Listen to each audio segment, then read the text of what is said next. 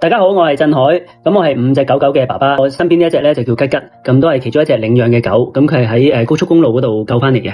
咁咧今日拍片咧係想講一單比較轟動嘅虐待動物案件，咁發生嘅地點咧就喺上水嘅古洞，咁喺深營湖附近嘅。咁我今日去到都有同阿陳伯即係狗主去傾偈啦。今日其實就有4隻狗係俾人毒殺咗，包括2隻大狗啦，同埋2隻 BB 狗。咁佢哋都係口吐白沫啦，同埋身體僵硬，咁所以好大機會都係俾人毒死咗嘅。同埋最近都好多單毒狗嘅事件啦。咁同阿陳伯傾開咧，先知道原來嗰度都唔係第一次發生毒狗嘅事件。其實喺2024年，即係上年嘅7月咧，都有22隻狗咧係俾人毒死咗。咁啊，陳伯同我講咧，其實喺2021年嘅時候，都有一隻黑色嘅拉布拉多7歲嘅，被兇徒喺條頸嗰度斬咗一個齊口嘅傷口。咁隻狗亦都負傷翻去陳伯屋企，但係最終都係傷重不治。咁多單嘅案件，其實到今日都係未捉到兇手。而阿陳伯同我講，其實除咗有報警、有報俾愛協之外咧，都有好多單案件其實佢係冇報到警嘅。咁原因就係因為佢都覺得報咗警、報咗愛協都捉唔到兇手，都冇咩用。咁但係最近因為真係太多單嘅虐待動物案件，所以我都需要走出嚟拍片咧，去等大家知道我哋呢個社會究竟發生緊咁多單虐待動物嘅案件。就好似其實喺今年嘅2月24號咧，喺古洞都係發生咗一單蒙頭索頸嘅貓貓虐殺案。咁我去到現場咧，其實見到隻貓貓咧係俾一對襪笠住咗個頭啦，條頸亦都係有索帶，咁好明顯就係人為嘅虐待動物案件，都有報警啦，愛協亦都到咗場，但係好可惜到呢一刻都仲未